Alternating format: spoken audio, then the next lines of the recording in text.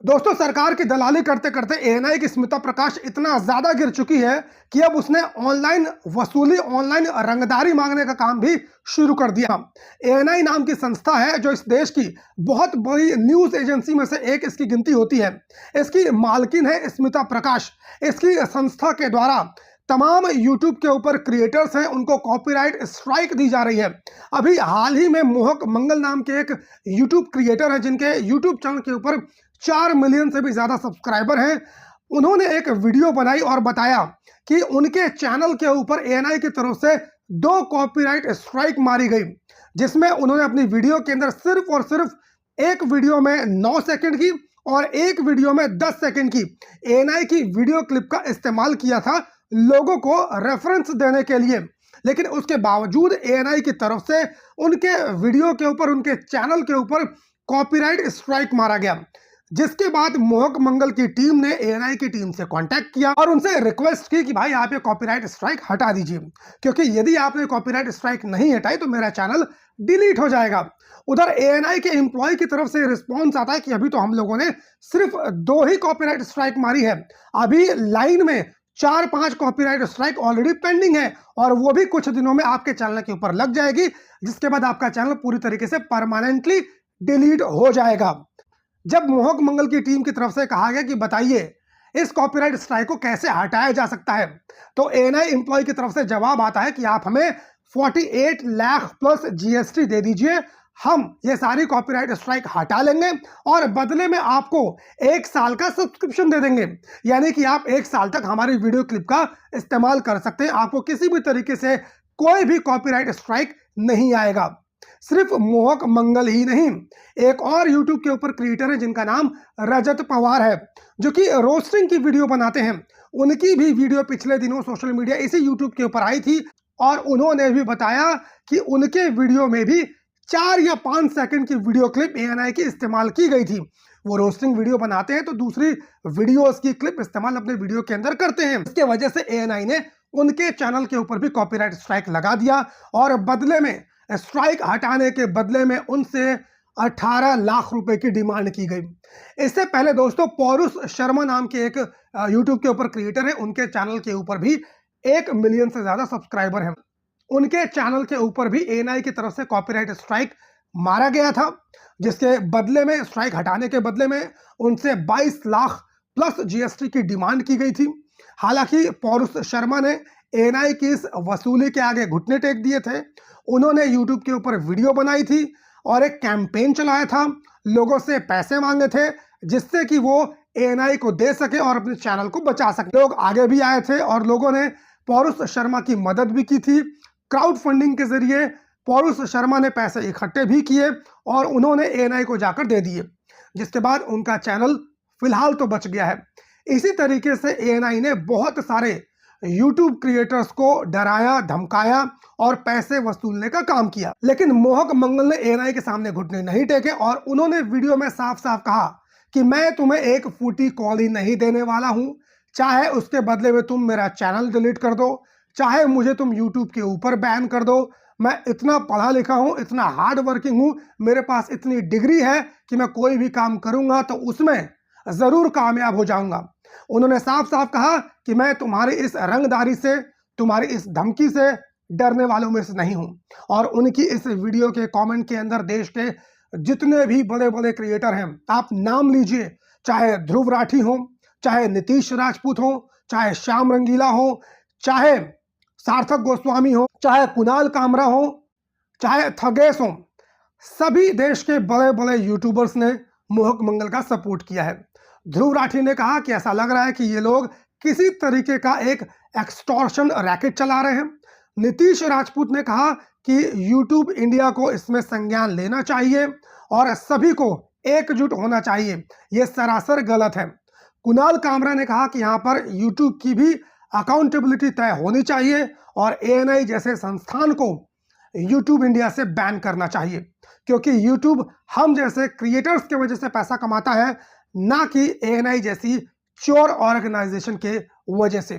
थगेश जो कि roast video बनाते हैं, उन्होंने अपना पर्सनल एक्सपीरियंस शेयर करते हुए बताया कि उनके चैनल पे भी एएनआई की तरफ से कॉपीराइट स्ट्राइक दिया गया था और बदले में उनसे 15 लाख प्लस जीएसटी की डिमांड की गई थी। मंगल की इस वीडियो के बाद सोशल मीडिया के ऊपर स्मिता प्रकाश की जमकर क्लास लगाई गई। तमाम जितने भी देखने वाले दर्शक थे उन्होंने स्मिता प्रकाश को जमकर गाली देने का काम किया। उनको ऑनलाइन रैकेट चलाने वाली, ऑनलाइन धंधे वाली, गुंडागर्दी करने वाली, रैकेट चलाने वाली, इस तरह की बातें, लोगों को लूटने वाली स्मिता प्रकाश के लिए लोगों के द्वारा कही गई। कुछ लोग ऐसे भी थे जो लोग स्मिता प्रकाश और एएनआई का समर्थन करते हुए भी देखे जा रहे थे। हालांकि दोस्तों ये कोई नई बात नहीं है। जब द्वापर युग में द्रौपदी का चीरहरण हो रहा था तब भी बहुत सारे लोग ऐसे थे जो दुर्योधन और दुशासन का समर्थन करते हुए देखे जा सकते हैं। उसी तरीके से जब मां सीता का रावण के द्वारा अपहरण किया गया था तब भी बहुत सारे ऐसे लोग थे जो रावण का सपोर्ट कर रहे थे, लेकिन अंत में उन सभी लोगों का हाल क्या हुआ आप सभी लोग जानते हैं। अब तो हम लोग कलयुग में जी रहे हैं और ऐसे में अधर्मियों का साथ अगर कोई देता है तो ये कोई बहुत बड़ी बात नहीं है। जो लोग एएनआई और स्मिता प्रकाश का समर्थन कर रहे हैं उन लोगों के द्वारा यह तर्क दिया जा रहा है कि एएनआई बहुत सारे रिपोर्टर्स को हायर करती है, उनके रिपोर्टर्स ग्राउंड में जाते हैं, धूप हो, छां हो, बरसात हो, कोई भी मौसम हो, कितनी भी विकट परिस्थिति हो, उनके रिपोर्टर्स ग्राउंड में जाते हैं, लोगों से बात करते हैं, लोगों का ओपिनियन लेते हैं, फुटेजेस कलेक्ट करते हैं और फिर उसके बाद वो सारी फुटेजेस जो मीडिया संस्थान है आज तक, न्यूज़ 18, एबीपी न्यूज़, एनडीटीवी, इन सभी को एएनआई बेचने का काम करती है। तो इसीलिए अगर कोई एएनआई की वीडियोस इस्तेमाल करता है, उनकी क्लिप्स का इस्तेमाल करता है और बदले में एएनआई उनसे अगर पैसे मांगती है तो इसमें बिल्कुल भी गलत बात नहीं है। यह तर्क एएनआई के समर्थन में कुछ लोगों के द्वारा दिए जा रहे हैं।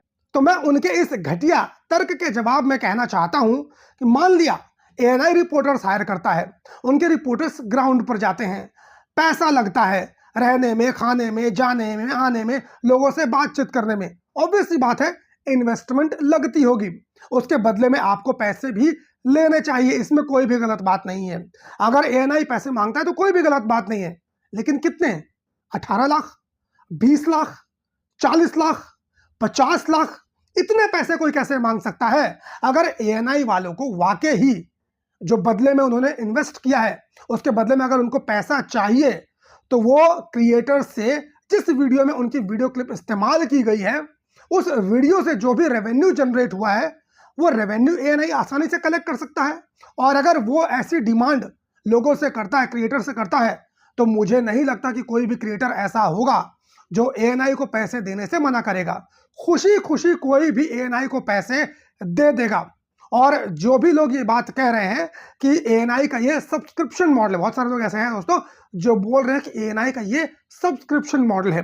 मोहक मंगल ने भी जब वीडियो बनाई थी तो एएनआई के एम्प्लॉय ने उस वीडियो के अंदर कहा था कि आप हमें 48 लाख प्लस जीएसटी दे दो, हम आपको 1 साल का अपना सब्सक्रिप्शन दे देंगे। वाह, कितना जबरदस्त सब्सक्रिप्शन मॉडल है इन लोगों का।